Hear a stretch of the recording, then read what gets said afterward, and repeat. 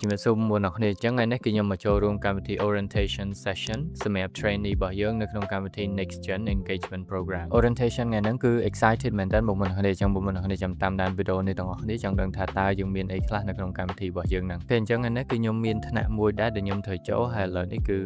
ទិញសាំងវិចញ៉ាំសិន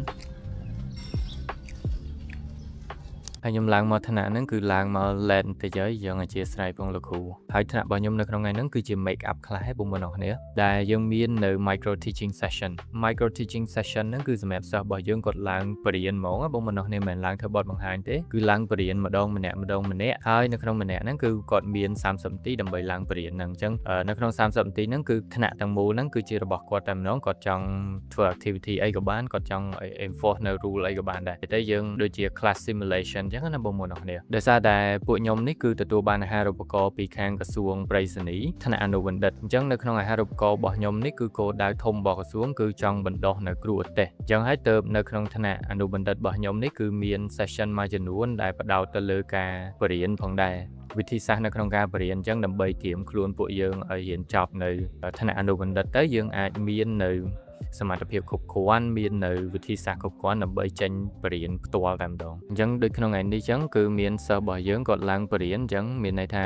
កន្លះម៉ោងហ្នឹងគាត់គឺជាគ្រូហើយគាត់ផ្ដល់នៅ activity អីឲ្យយើងធ្វើដូចជា quiz ដូចជាអីអញ្ចឹងទៅយើងក៏ធ្វើទៅតាមគាត់ដែរអញ្ចឹងបន្ទាប់ពីខ្ញុំអង្គុយនៅក្នុងស្នាក់បានមួយស្ទុះហើយគឺខ្ញុំបានសុំ professor របស់ខ្ញុំដើម្បីឡើងទៅចូលរួមកម្មវិធី Next Gen របស់យើងនៅខាងលើ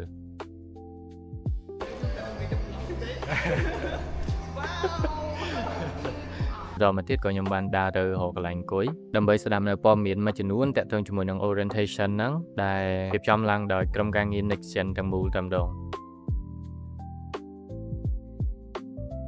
ហើយបងប្អូនអ្នកនៅកន្លែងនេះគឺខ្ញុំចូលចិត្តនៅពេលដែលគេប្រកាសហៅ speaker ឡើងអញ្ចឹងក្រុមការងារក៏បានដាក់ភ្លេងចា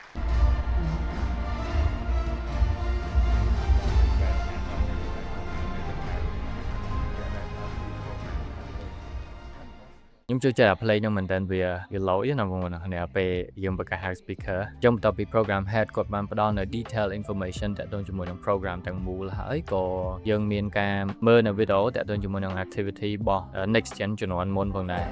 was very practical and also chill. I love the most about this program. អានេះគឺ logo characteristic របស់យើងបងប្អូនអ្នកមើលឃើញហើយបន្ទាប់មកក៏ trainer head របស់យើងគាត់បានឡើងទៅបន្តដើម្បីបង្ហាញអំពី information មួយចំនួនតាក់ទងជាមួយនឹងវគ្គសិក្សាដែលត្រូវរៀន elective course ឬក៏ core course អញ្ចឹង information ដែលគាត់បានផ្ដល់មកហ្នឹងគឺខ្ញុំគិតថា clear មែនតើហើយបងប្អូន trainee របស់យើងក៏ excited ដែរដែលបានឃើញនៅ course ដែលគាត់ត្រូវរៀន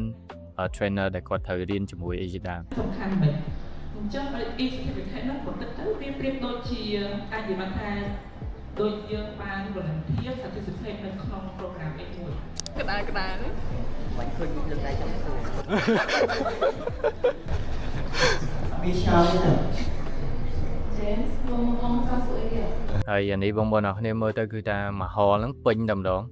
ច្រើនមែនតើអូខេអញ្ចឹងបន្ទាប់ពី sharing session បានបញ្ចប់អស់ទៅគឺយើងបានឡើងមកបន្តិចដើម្បីថតរូបនៅខាងមុខជុំគ្នាទាំងអស់គ្នាហ្នឹងអញ្ចឹងបន្ទាប់ពី session ថតរូបហើយក៏គេមាននៅ session បន្តទៀតក៏តែ session ចុងក្រោយនេះគឺខ្ញុំអត់បាននៅចូលរួមទេដោយសារតែខ្ញុំត្រូវចុះទៅថ្នាក់របស់ខ្ញុំវិញណាបងប្អូនអរគ្នាអូខេអញ្ចឹងតាក់ទងជាមួយនឹងកម្មវិធី Next Gen របស់យើងថ្ងៃនេះ orientation សម្រាប់ trainee របស់យើងគឺថា excited មែនតើបងប្អូនអរគ្នាអញ្ចឹងទៅគឺដូចឈ្មោះអញ្ចឹងដូចឈ្មោះកម្មវិធីមួយហ្នឹងអញ្ចឹងនៅពេលដែលយើងចូលមកគ្រាន់តែ orientation យើងមានអារម្មណ៍ថា engage គឺសិស្សច្បង engage ជាមួយសិស្សប្អូនសិស្សស្នាលហ្មងបងប្អូនអញ្ចឹងគឺដូចទៅនឹងឈ្មោះរបស់ program អញ្ចឹងគឺយើងចូលមកយើងមាន engagement ជាមួយគ្នាសិស្សច្បងសិស្សប្អូនអញ្ចឹងអូខេអញ្ចឹងនៅក្នុងវីដេអូមួយនេះគឺមានតែប៉ុណ្្នឹងទេហើយខ្ញុំនឹងជួបបងប្អូនអរគ្នានៅក្នុងវីដេអូបន្តទៀត